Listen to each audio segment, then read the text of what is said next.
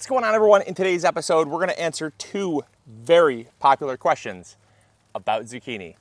Because it's zucchini season, either you are having the time of your life or you're on the struggle bus. And if you're on the struggle bus, you're more than likely experiencing one of two things. Either your zucchinis are only forming male flowers and not female flowers, or your zucchinis will form and then will rot at the very end. They'll turn yellow and they'll fall off the plant.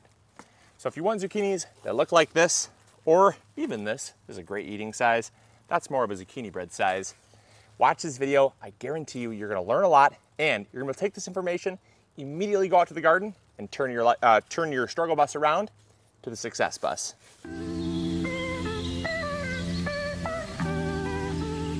So the first problem you're probably having is that your plants are only forming male flowers. Now, if your plants are really large, but only producing flowers that look like this is a male flower. Now, zucchinis have a male and a female flower. The male flower does not have a zucchini below it. It's super obvious. I'll show you what a female flower looks like in a second, but this is a male flower. And basically, if you open it up, it's going to have the pollen that needs to be inserted into the female flower. A little birds and the bees lesson, but bees will land on this. They'll gather the pollen up, and then they will transfer it over through cross-pollination to a female flower, basically successfully pollinating. And what that ensures is a really robust gene pool. You see, if zucchinis produced just perfect flowers like tomatoes do, what happens over time with tomatoes is they become very disease prone. And because the cross-pollination with tomatoes does not happen as frequently, you get a very weak gene pool, which can lead to strong genetics being very strong, but then you have some outliers which are very weak.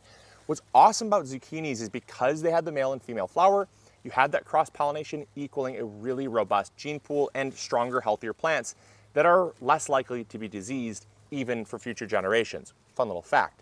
But obviously, you can't really enjoy a male flower. Now, you can actually stuff these with a little bit of ricotta cheese, bread it, batter it, and then fry it, and it's awesome, but that's probably not why you're watching this video. That's just a silver lining if you're getting male flowers. These are very awesome, but there's something you can be doing to getting more female flowers. So this is a female flower. Now, this is a golden zucchini, so if it looks like it's a different color, that's because it is a different color. But you'll notice here, this female flower here has the zucchini actually attached to the flower itself. Here's a smaller one over here, there's another one. It's very, very obvious that it's a female flower. Now, there's a couple reasons why your plants might be only producing male flowers. First one is that there's not enough energy to produce fruit. You see, female flowers are a product of energy. They take a ton of energy for the plant to actually produce. So what the plant will do is it actually will produce only male flowers. Now, this might seem as a strange energy conservation tactic, but I'll explain why. You see, there are other plants hopefully in the area, because as this plant is growing, it does not realize if it's just one or if it's in a field full of 100. And so it actually is very altruistic in the fact that it will produce pollen to hopefully cross-pollinate with another plant that might have female flowers. And so it will not produce female flowers if there's not enough energy. Where does that energy come from? Nutrients. So when it comes to nutrients, zucchinis are very heavy feeders, particularly with nitrogen. Now, if we're not giving our plants enough nitrogen, you're gonna notice that the leaves will be a light shade of green, kind of like a lime green. If they're a nice dark green, that is what you're looking for. Now, if they're nice and dark green and they're still only producing male flowers, that leads us to the next troubleshooting tactic. Now, when I say troubleshooting, what I'm really doing is I'm following kind of what they call a troubleshooting map.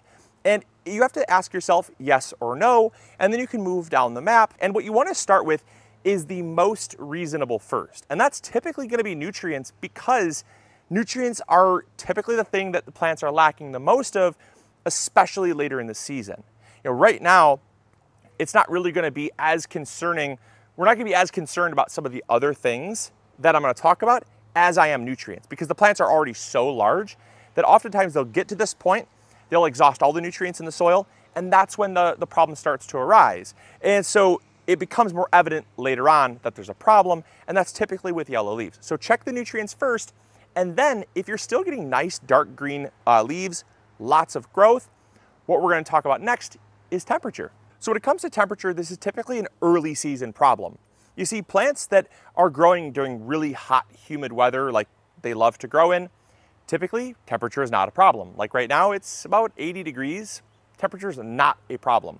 But below about 60 degrees in early spring season, when you have your plants freshly planted, oftentimes that cold weather will not allow them to produce female flowers. Now that comes into a whole host of other reasons, but you don't really need to know those reasons because it gets really scientific and nuanced. So basically, anything below 60 degrees typically will shut off female flowers in all cucurbita crops. So that also applies to things like cucumbers, zucchinis, pumpkins, a whole host of other plants. And so basically, you just want to make sure that you're growing them in a time when it's warm. Now, obviously, in the early season when we plant, we want to get our garden started. So it's just something that you have to expect is going to happen.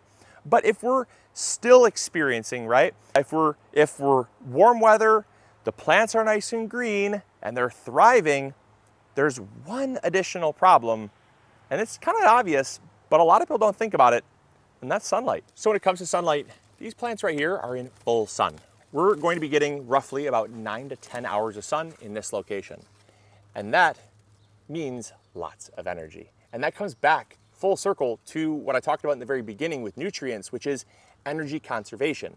You see, if the plants are not growing fast enough or they're not producing enough leaves to actually generate the energy to put out fruit, they're going to not produce female flowers because the plant knows that it cannot sustain the fruit or the energy required to set the fruit. So it just won't even try. If you're not getting enough sunlight, sunlight is what's responsible for the plant producing energy. These are the plant's solar panels, right? These leaves produce energy for the plant, and that energy is put into new leaf growth as well as fruit production. And so a lot of gardeners, they fail to put their zucchinis in enough sunlight.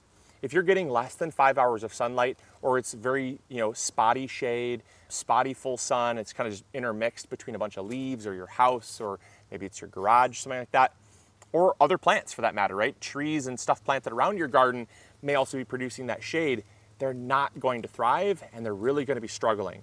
Another thing as well is if your plants are planted too closely together, that also can cause crowding, and the overcrowding can actually create shade, which can then create one winner or two winners, and the rest are losers because they're getting smothered out from the sunlight. And so those are the three reasons why your plants are probably only producing male flowers and not female flowers.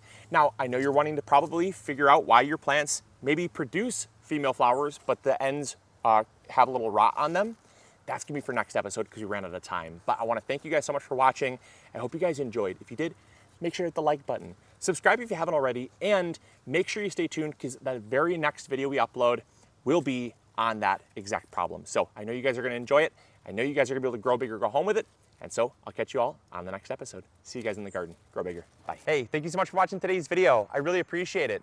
If you enjoyed, consider checking this one out. You'll probably enjoy it just as much. I want to thank you so much for your viewership because without it, this channel would not be as amazing as it is. If you haven't subscribed yet, it's free. Consider doing that. We upload every Monday, Wednesday, and Friday, rain or shine. And if you need any garden tools, supplies, or seeds, check out mygardener.com. We got you covered. See you guys in the garden. Bye.